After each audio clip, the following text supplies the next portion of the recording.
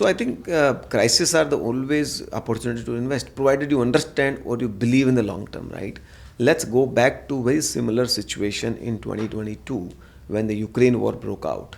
22 started on a very good note, but I think February or March when Ukraine war broke out, initial reaction was it will get over fast, and then it prolonged. Oil prices went up, supply chain got broke down, and because of that, by the time July, August came, pretty much everybody was in bearish camp. Mid caps were down 30, 40, 50%, very similar to this kind of current environment, right? And I remember writing a note, letters to our investors at that time, saying build this vintage, because good price and good news don't come together. Only when the bad news come, you get good prices, right? And but you can do that only provided you know that this crisis is not going to break Indian economy forever. Yeah. It's a temporary phase. It's a passing phase. So I do believe that the current situation is pretty much similar to that of 2022, that it is a passing phase. It is not a good phase. It is a painful phase for everybody, not only as an investor, even people who do business. Think about it. People who are doing businesses, they don't know about their raw material, security, price, when they will come. Supply chains are disrupted. Energy is not, sure. When if you make goods, how will you dispatch? Yeah. Recovering of money, everything's gone for uncertain situation. So I think everybody is paying price for this difficult situation globally. Now. But you're saying crisis is the time to invest. Crisis time to invest, and we all know that this is not breaking Indian economy. It is exposed our vulnerability, but it is not that we have handled even bigger crises than this in the past. Good news is that equilibrium gets found, because today with the rupee being where it is, suddenly your export becomes far more competitive. So that starts becoming more attractive. Those businesses start doing well. So the way we at least approach is that invest into businesses which benefit out of this crisis, or which are unaffected by this crisis, or will come out stronger out of this crisis, rather than running away from the market by being scared.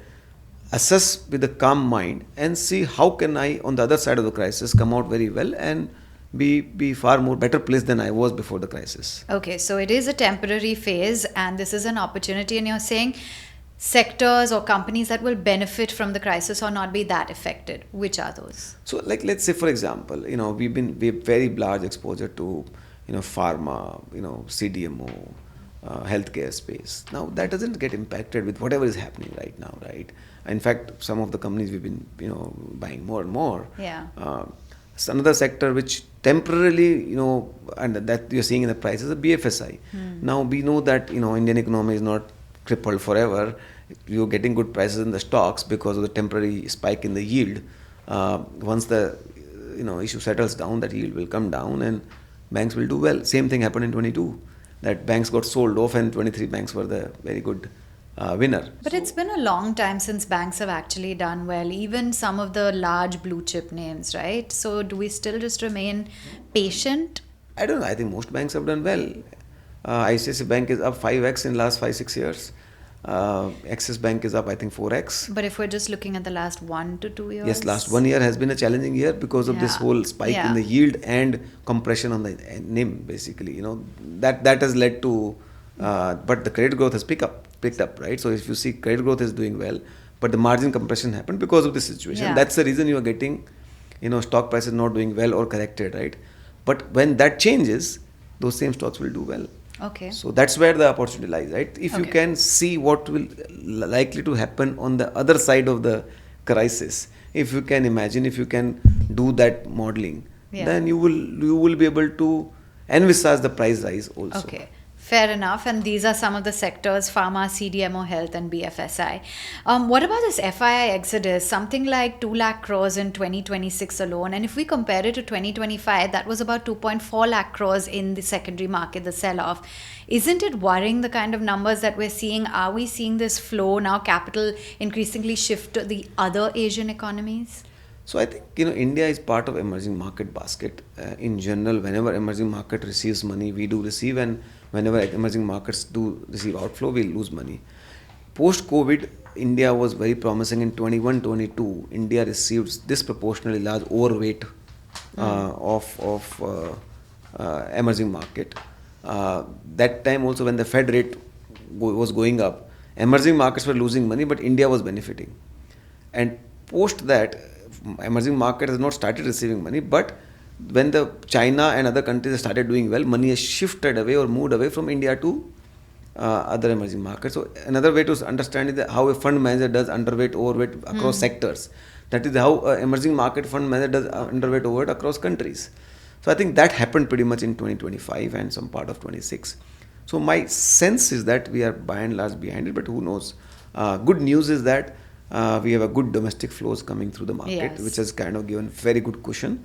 And FI money will come back for sure. Now whether it comes back 6 months later, 12 months later, because no longer you can, you cannot for a long sort of ignore an economy which is growing fastest in the world, a democratic setup, youngest country, corporate earnings growing at 15%, ROE 15%, cannot ignore. And valuations have corrected, so it will come back. Now whether it comes back 6 months later, 12 months later, I don't know. From a long-term investor perspective, I always think that it is better that it comes later, because then your domestic investors are getting to put money at a reasonable valuation. Okay, so all of these factors are working very well for the domestic structural story of India and domestic investors. There is this consensus that small caps are offering an attractive risk reward play because for 2 consecutive years there can't be a fall. What does one do with small caps? Do you now shift positions into small caps more than large caps? What are you saying? So we don't, to be very frank, our investing style is very different. We have more bottom up, more stock specific story. We say if we like the business and the management, we would rather buy it small. So, but having said that, of course, last 2 years, a lot of corrections have happened. Froth has got cleared in many small and mid cap. Many good quality companies have corrected 40-50%. So they have come in the buying range. So we've been kind of, wherever we have that comfort, we've been buying. So I would say that rather than looking at only cap, look at investing more from a point of view of business and management. Of course, naturally, small and mid cap, given the growth over a long period of time, tend to do better and outperform. But it has more volatility risk. When the markets go up and down, small cap and mid cap tends to be more volatile than large cap. So if volatility risk worries you, don't buy small and mid cap. But if it doesn't worry you, then I think small and mid caps are much better. Okay, so volatility risk is a big part of the game when you're investing in the small cap. Investment in securities market are subject to market risks. Read all the related documents carefully before investing.